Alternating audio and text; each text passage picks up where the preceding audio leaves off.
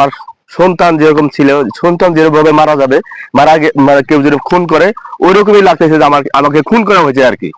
মানুষ কতটা হিংস্র পশু, ওই বলে না যে বালহুম আদল, পশুর চাইতে তারা নিকৃষ্ট।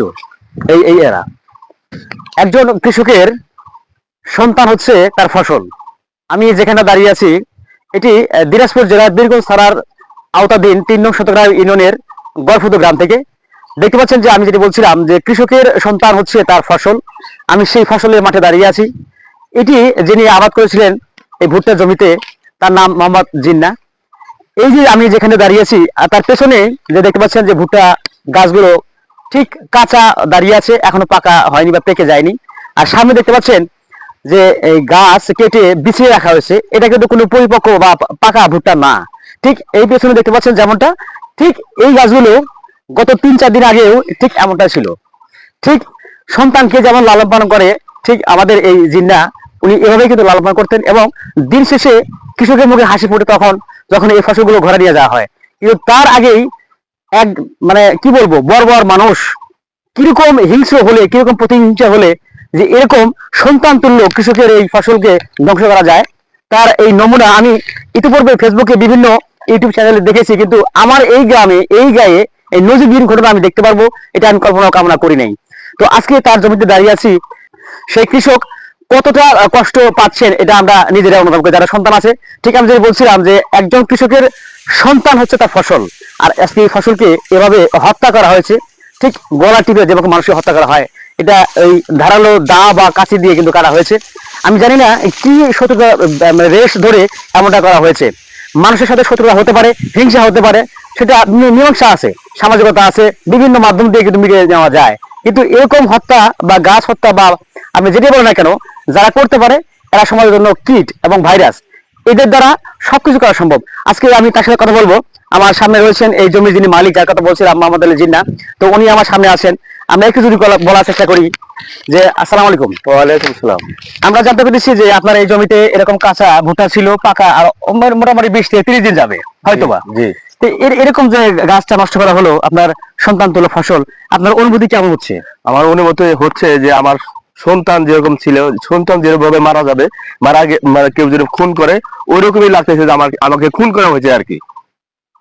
তো এই যে এরকম একটা ফসল ধ্বংস করা হলো, নষ্ট করা হলো, যে কোনো শত্রুতা রেশ কারোর সাথে আছে ছিল বা এরকম মনে হয়? আমার শত্রুতা ছিল না, কিন্তু একজনের প্রতি আমার শত্রুতা মানে সন্দেহ হয় আর কি। তাছাড়া অন্য কারোর সাথে না, অন্য কারোর সাথে সন্দেহ হয় না। এই যে এটার বয়স মোটামুটি তো প্রায় হয়ে আসছিল, আর কয়েকদিন গেলে এটা পাকতো? মানে 25 থেকে 1 মাসের মধ্যে আর কি পাকবে। আচ্ছা আচ্ছা। আর এই যে শুধু এইটুকুই কাটছে না, এই যে মাঝখানে, এটা তো ভিতরে জায়গা। হ্যাঁ, ভিতরে জায়গা। এটা দেখতে পাচ্ছেন যে আসলে এটা কিন্তু ঠিক একদম জঙ্গলের যে ভিতরে যেরকমটা হয়, একদম গহীন অরণ্যের মধ্যে যেরকম হয়, ঠিক এই ক্ষেতের মাঝখানে কিন্তু এটা কাটা হয়েছে, লোক চক্ষুর আড়ালে রাতে এটা কাটা হয়েছে এবং ধারালো অস্ত্র দিয়ে কাটা হয়েছে। তো এই বিষয়গুলো তো আমরা খুবই সেন্সিটিভ আকারে নেই, কারণ এই ধরনের সামাজিক মানুষ যারা আছে, আসলে আমাদের গর্ভবতী সমাজ বিশাল সমাজ, এরকম হীনমন্যতার কাজ হবে আমরা কিন্তু কোনোদিন স্বপ্নে কল্পনা করতে পারি নাই। শুধু ফেসবুকে দেখতাম, কিন্তু আজকে এই মাঠ পর্যায়ে এসে যেটা দেখলে আমরা হৃদয়ে নাড়া দেয়। কারণ আমি একজন কৃষক পরিবারের সন্তান, কারণ আমিও সেচ কাজ দেই, সেচ করি এবং সার বীজ দেই। যে কি পরিমাণ কষ্ট হয় এবং কি পরিমাণ এই রোদে বৃষ্টিতে পড়ে মেহনত করতে হয় এবং সার বীজ দিতে হয়। যে বাজার ব্যবস্থা এখন সবকিছু হাই ঊর্ধ্বমুখী, এখন ডিজেলের দাম প্রায় বাজারে গেলে 150 টাকা লিটার। এবং ইনি পরিশ্রম করেন, ব্যবসা করেন, পাশাপাশি এইভাবেই শ্রম দিয়ে আজকে এই ফসলগুলো উনি উৎপাদন করেন পরিবারের জন্য। কিন্তু আজকে এটার যে যা দেখলাম, এটা সত্যি নিন্দনীয় এবং অগ্রাহ্য একটা কাজ। তো এই বিষয়ে আপনি কোনো সমাধান চাচ্ছেন কিনা বা কিছু করবেন কিনা? আমি সমাজবাসীর কাছে আমি বিচার চাইছি, কারণ সমাজবাসী কি বা আমাকে এখন কি সিদ্ধান্ত দেয় এটার উপরে আমি আশা করে আছি। এটা বিষয় হলো এরকম যে আমি যাকে দেখি নাই, এটা লোক চক্ষুর আড়ালে রয়েছে, কিন্তু একজন আছে যেটা হলো মহামনিব আরশের মালিক, উনি কিন্তু দেখছেন। ওনার ক্ষতি যদিও আমি দেখছি চক্ষু দিয়ে যে সামান্যটা ক্ষতি হচ্ছে বা বিশাল ক্ষতি হচ্ছে, কিন্তু এর চেয়ে 1000 গুণ ক্ষতি বেশি তার হবে যিনি এই ক্ষতিটা করলেন। কারণ ওনার হৃদয়ে যে কষ্ট হচ্ছে, এই অনুভূতি উনি যদি মজলুম, এক্ষেত্রে উনি মজলুম ব্যক্তি যদি দোয়া করে আল্লাহ আর সুন্দর কবুল হয়, আজকে সেক্ষেত্রে উনি এই অবস্থা দাঁড়িয়ে আছেন। আমরা আশা করব যে এই ধরনের কাজ যারা দেখছেন, ভিডিওটা দেখবেন এবং শুনবেন, তারা অবশ্যই নিয়ত করবেন যে আমি কারো উপকার করতে না পারলে যেন অন্তত আমার দ্বারা কারো ক্ষতি না হয়, একটা প্রাণীর ক্ষতি না হয়। এটা তো মানুষের ক্ষতি, এবং একটা এইটা কিন্তু একটা প্রাণ আছে, এই গাছেরও প্রাণ আছে। এই প্রাণকে অকালে ধ্বংস করলেন, হত্যা করলেন, নিধন করলেন, এটার একটা অভিশাপ আছে, আল্লাহর পক্ষ থেকে অভিশাপ আসবে। অতএব আমরা সাবধান হই এবং অনুধাবন করি যে মানুষের ক্ষতি করা যাবে না এবং আমরা করবো না। আমরা একটু দেখাই যে কি ক্ষতি রয়েছে, আমি একটু যদি দেখাই যে এই যে একটা গাছের মধ্যে ভুট্টা আছে, এই সবুজ কলা, এটা মোচা বলে কলা বলে, তো এখানে কিন্তু সবুজ এখনো পুরোপুরি যায় নাই, এটা শুকাবে এবং এই ধরনের রং ধারণ করবে, অনেকটা বাদামি বর্ণ হয়, এরকম হয় কিন্তু ভুট্টাটা, এইটা খোলটা খোসাটা। তো এখানে কি দেখেন ভুট্টাটা হয়ে আসছে, মোটামুটি হলুদ বর্ণ হয় নাই কিন্তু কাছাকাছি। আর 10 দিন গেলেও এটা কিন্তু একটা পক্কতা আসতো এবং এটা নিয়ে গো খাদ্য করা যেত শুকাই দিয়া, কিন্তু সেটা কিন্তু হয় নাই।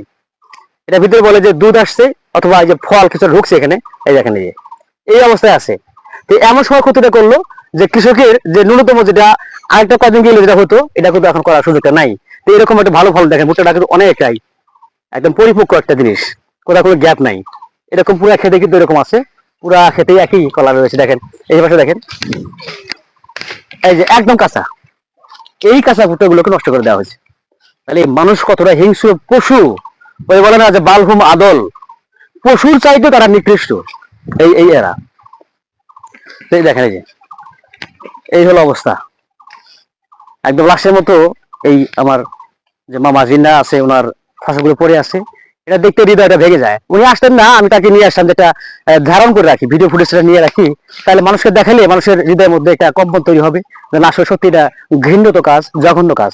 তো দর্শক ভালো থাকবেন এবং বিদায় নিচ্ছি। আমি আশরাফুল ইসলাম, ক্যামেরা ছিলেন অনন্য মামুন। আর এই যে সর্বশেষ কথা হচ্ছে যে এরকম ক্ষতি আমরা বারবার বলছি আর করবো না, এবং কাউকে যদি করতে দেখি বা এরকম যদি হয়, হিংসা বৃদ্ধি থাকবে, সামাজিক মানুষ কলহ থাকবে, কিন্তু এটারও নিষ্পত্তি আছে। যে এগিয়ে যে ক্ষমা করে দেয় সে হলো মহৎ আল্লাহ চোখে, এবং আমরা সামাজিক জীব, আমরা একে অপরে পরস্পর বন্ধনে আবদ্ধ থাকবো, এবং এটাই হলো সৃষ্টির সেরা মনুষ্যত্বের দিক। আসসালামু আলাইকুম ওয়া রাহমাতুল্লাহ।